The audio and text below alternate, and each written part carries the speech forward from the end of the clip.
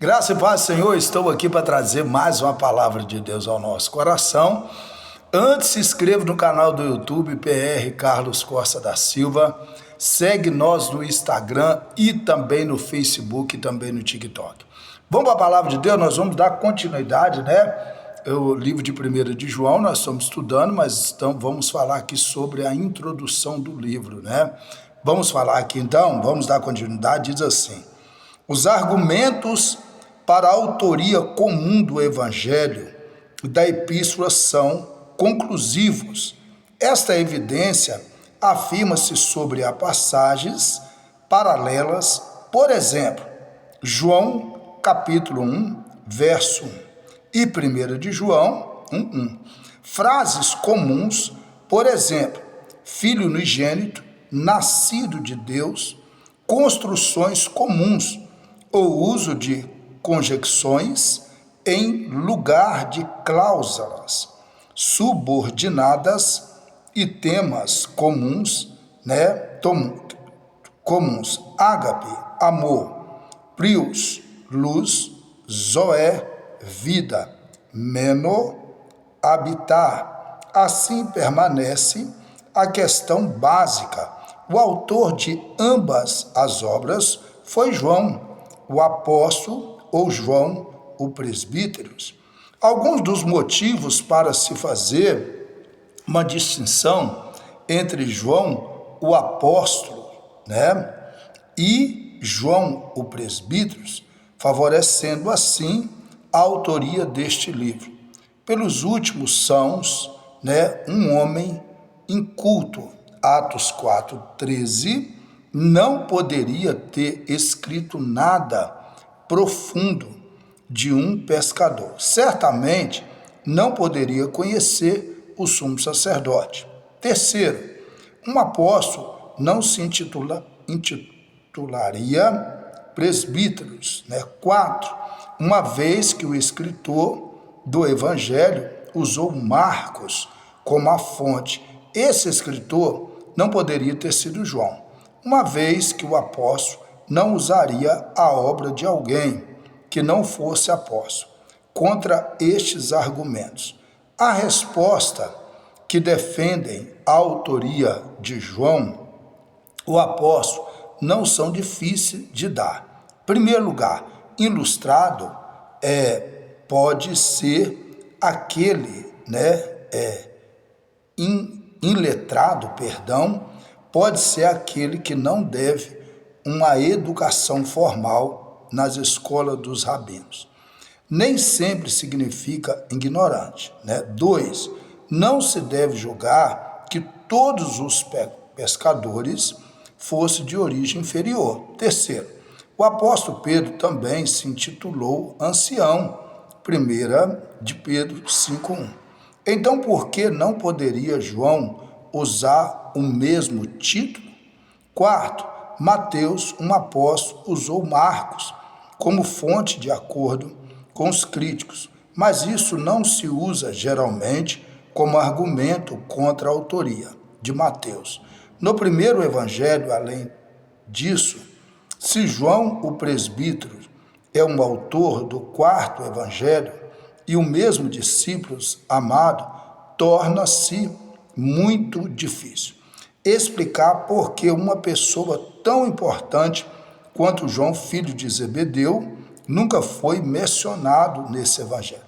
As evidências apontam claramente para o escritor do evangelho e das epístolas, João, o apóstolo, filho de Zebedeu, que é o mesmo João, presbítero, que passou os últimos anos de sua vida em Éfeso. Data e lugar, né? As datas das epístolas relacionadas-se com a data indicada para o evangelho, aqueles que indicam uma data entre o anos 110, né, e 165 para o evangelho. Acha que João não foi o autor de Parence com um dilema: se o evangelho foi publicado tão tarde, assim, alegadamente, mas não realmente escrito por João. Por quê? Porque centenas de cristãos vivos que conheceram João durante os seus últimos anos de vida não denunciaram a fraude, ou pelo menos por alguém não mencionou que não fosse escrito pelo próprio. Se ele não foi publicado antes de 140 ou 165, como poderia ser universalmente aceito em 170 como foi? O fato dos fragmentos de Haydns referentes a João, encontrado no Egito, datarem de 140 ou antes, requer que a data das composições do livro seja colocada no fim do primeiro século, ou antes. O Evangelho evidencia que o autor está voltando os seus olhos para trás. João 7, 39, João 21, 19. O que significa que, sendo João o autor do Evangelho, deve ter sido publicado entre 85 ou 90. É isso mesmo. Embora tenha sido escrito antes, sem dúvida foi produzido por insistência do anciões das igrejas da Ásia Menor, que queiram que ele anotasse antes de morrer as coisas que lhes ensinara oralmente, uma vez que a mensagem de 1 de João parece indicar um conhecimento do conteúdo do Evangelho.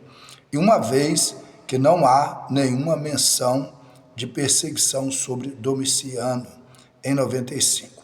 A primeira epístola foi, provavelmente, escrita cerca de 90 a.C.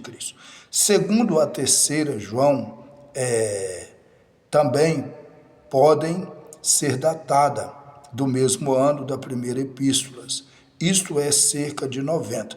Todas as epístolas foram escritas de Éfeso, de acordo com a tradição digna de confiança, né?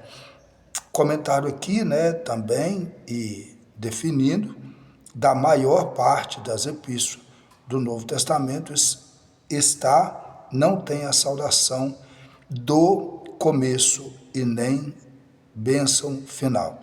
Estes 4 versículos da introdução correspondem a 18 versículos introdutórios do Evangelho. E 3 versículos do Apocalipse falam-nos dos assuntos do escritor, isto é, a palavra que é vida. Tá bom?